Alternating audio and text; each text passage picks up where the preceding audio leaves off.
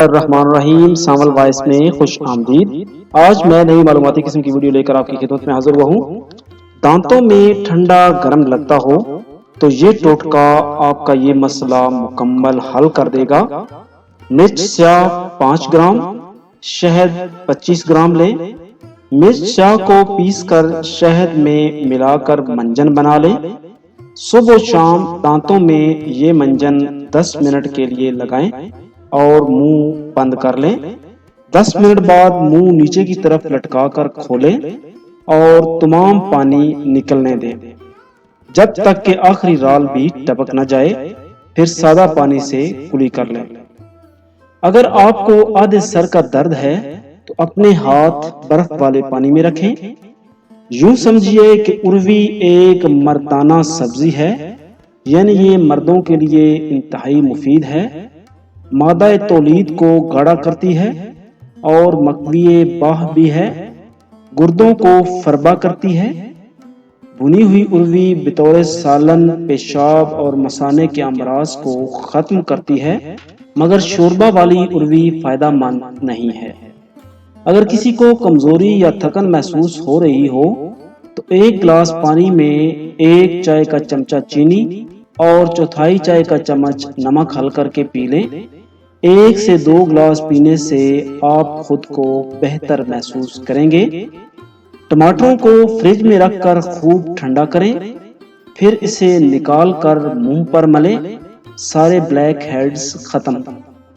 خون کی کمی ہو یا نظر کمزور ہو تو صبح 1 چمچ زرشک شیریں سردیوں میں نیم گرم دودھ کے ساتھ لیں اور چبا چبا کے کھانی ہے۔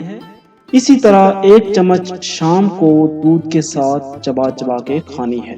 خون کی کمی دور ہو جائے گی۔ قوت باہ اور ٹائمنگ بڑھانے کے لیے دال ماش 1 کلو، بھنڈی کے بیج 1 پاؤ اور خشخاش 1 پاؤ لے لیں۔ دال ماش اور بھنڈی کو گرائنڈ کر لیں اور خشخاش کو کوٹ کر مکس کر لیں۔ ان کی 40 پڑیاں بنا لیں۔ روزانہ 1 دودھ کے ساتھ استعمال کریں، سپرمز میں بھی اضافہ ہوگا۔ یورک ایسڈ سے نجات کے لیے نیازبو، جس کو عربی میں ریحان کہتے ہیں، اس کے پتوں کی چٹنی بنا لیں جیسے پودینے کے پتوں کی چٹنی بنتی ہے۔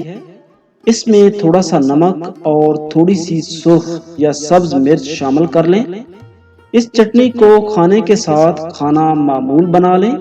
انشاءاللہ یورک ایسڈ، جوڑوں اور جسم کے درد سے نجات مل جائے گی۔ کھجور کی گٹھلی سے 5 بیماریوں کا علاج ممکن ہے، جس میں جوڑوں کا پرانا درد، دل کے بند وال، کمر درد، گردے، مثانے، پتے کی پتھری، خواتین کے پوشیدہ امراض، جسمانی کمزوری اور مردانہ طاقت کے لیے آزمودہ علاج ہے۔ کسی بھی کھجور کی گٹھلیوں کو باریک پیس کر اس کا پاؤڈر بنا لیں۔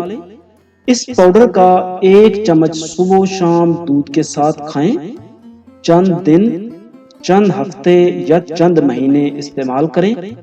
ہر 15 دن بعد انڈے کی سفیدی سے اپنے پاؤں کا مساج کریں، آپ کے پاؤں دیدہ زیب ہو جائیں گے۔